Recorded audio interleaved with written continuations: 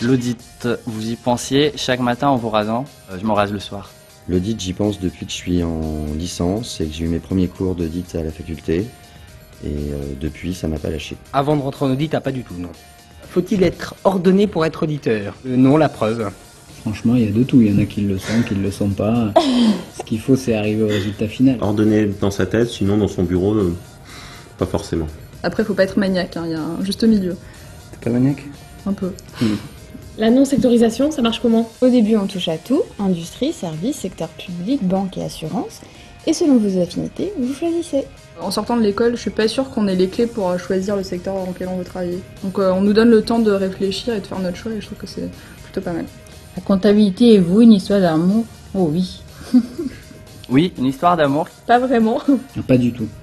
C'est relatif. Oui, une histoire d'amour.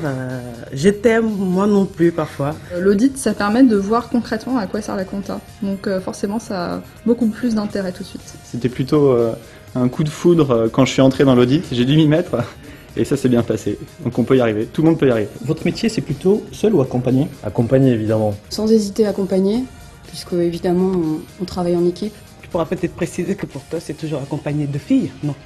Un auditeur, ça s'est compté. Combien font 37 x 93? Bah écoute, l'ingénieur... Moi je suis ingé, donc j'ai plus mes preuves à faire. Toi, vas-y, 37 x 93. Moi, je sors tout de suite ma calculette. Là, tout de suite, rapidement, non, pas possible. Voilà. Ça va être autour de 3600. En contrôle de cohérence, c'est parfait. Je sais pas, 384. 3484. Donc voilà, c'est pour ça qu'il faut se fier à la calculatrice. L'audit chez Mazars, c'est comme partout ailleurs, oui, sauf l'esprit. Moi je dirais que c'est la gestion de l'humain qui est très différente. La différence Mazars, c'est qu'on est proche de nos clients, on les écoute et on répond à leurs besoins sur mesure. Bah, comme on est challenger, on est obligé d'être meilleur. Ouf.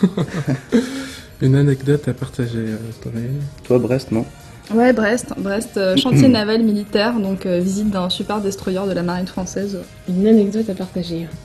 Les potins du cabinet, bien sûr. Il y en a toujours.